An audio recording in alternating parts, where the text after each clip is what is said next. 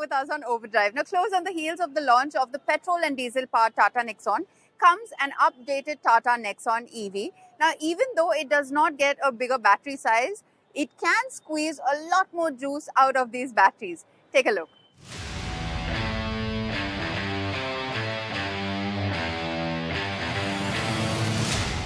Now you already know that the new Nexon is a big step forward, but it can also be argued is that the Nexon EV is what has kept this compact SUV relevant for so long to begin with. It also happens to be the first EV that became a truly mainstream choice in India, so this new one has big shoes to fill. To this end, the Nexon EV has received a host of changes. There's a new motor that's 20 kgs lighter and smaller but makes the same 145 PS in this long-range model. Torque has dropped to 215 Nm from 250, but Tata says there's lower gearing and easier access to the torque now.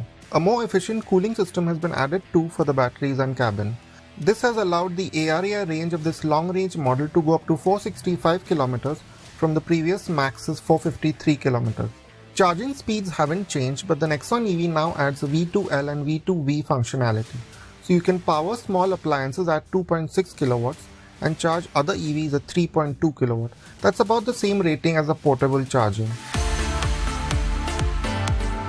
With this new motor, you are a bit apprehensive at first, considering it has 215 Nm, which is somewhat less than the 250 Nm it had earlier. And even the 0 to 100 time is slower.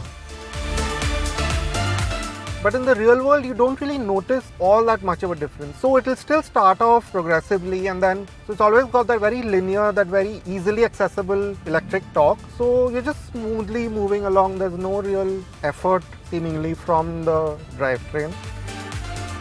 But really, the one thing that you do notice is the general refinement that's come into the drivetrain. It's quite a bit better calibrated. Yes, Tata Motors had made progress in this regard over the course of the last Nexon EV, but it's really gone up a step with this update. So for example, you notice that the power delivery, there's no spikes or dips, it's very constant, so you're never surprised by how the car is moving forward. And also, now that you have the paddles, it's also very easy to switch between regen modes.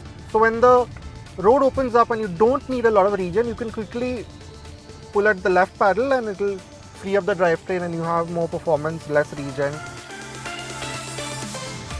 Now the effect of the regen has also increased. There's 10 to 15% more recuperation that's happening, and that also helps, especially in the highest regen mode. It still won't one pedal drive, but it will slow right down to a 5 kmph crawl, which means that, say, in very heavy traffic, you barely have to do a thing. Now this new Nexon EV also rides and handles in a more polished way. It's an EV, so you will notice those broken patches, potholes, big speed breakers, but it's not jarring. It rounds off these bumps in a way that keeps you comfortable. The Nexon EV is easily differentiated from its ICE counterpart by the full-width lighting with its trick animations. Also different and pricier feeling is the grated inserts in the bumper. The blue EV branding has been kept restrained too. The Nexon EV also gets a new empowered trim that brings with it this very well done pearlescent white paint. The ground clearance is at 190 mm, down from the ICE's 208 mm. So we have just time for a quick rough range test with the Nexon EV. So we have about 35 kilometers to get to our hotel where we have to drop off the car. So just put it in the eco drive mode, put it in the maximum regen level. So let's see how it fares. We managed to cover 41.4 kilometers entirely in the city and used 4.45 kilowatt to do this. This gives the new Nexon EV a 9.03 kilometers per kilowatt hour efficiency figure and a range of 377 in the city. This is higher than the last time we range tested a Nexon EV Max, which returned a city range of 355 kilometers. Effectively, you can expect the new Nexon EV to be 5 to 7% more efficient than the previous versions, in line with Tata's claims.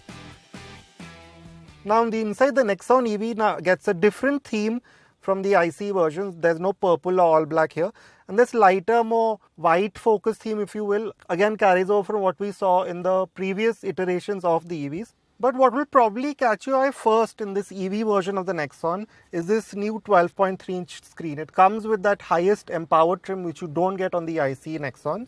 And While it's broadly very similar to use as the smaller 10.25-inch screen, it's just got a green EV focused theme to it. You do get one additional feature, which is this arcade EV function. Now this is essentially an app suite which is quite useful. Say for example you're charging, you have a lot of time to kill, then you have access to OTT platforms, you have access to music apps and games right here, so you won't get bored in the time that you spend charging. Also different is this 10.25-inch screen. The screen itself is the same, but you get different graphics, and to be honest, they're better thought out than the IC ones. You can see the charge level, the regen levels very easily, and the speed is also very easily visible. And then that very thoughtful feature of there being Google Maps right in the screen that carries over to the EV version as well. The extensive features package from the new ICE Nexon has made its way here too. You get full LED lighting, auto headlamps and wipers, ventilated seats, wireless charging, height adjustable seats for both front passengers, 9-speaker JBL audio with sound stages and the effective 360-degree cameras. With the battery placement, the boot is slightly smaller, 350 litres compared to the one in the ICE. There are 6 airbags as standard as well as ESC, TPMS, hill hold and hill descent control. In terms of outright comfort, there is some compromise to be made because of the packaging of the EV. So the floor is slightly higher than in the ICE Nexon. So you do sit in a marginally knees up position, but with this very good bolstering of the seats, this protruding base, that's controlled very well. So yeah, and just like in the ICE Nexon, this middle seat may not be all that great for an adult. It's best kept for children, but you still do get this 3-pointed seat belt. The previous Tata Nexon EV was such a success purely based on the balance it achieved in terms of price, range and features. This new one seems to take things further on all these counts. You now get notably more range, more refined performance and an impressive improvement in the tech that's on board and in the cabin ambience. Another step forward for the Nexon EV then. The Nexon EV still remains to be the most affordable choice with plenty of trim options in its segment. We'll take a very quick break here on the show, but coming up on the other side, we'll tell you all about India's most powerful electric bike.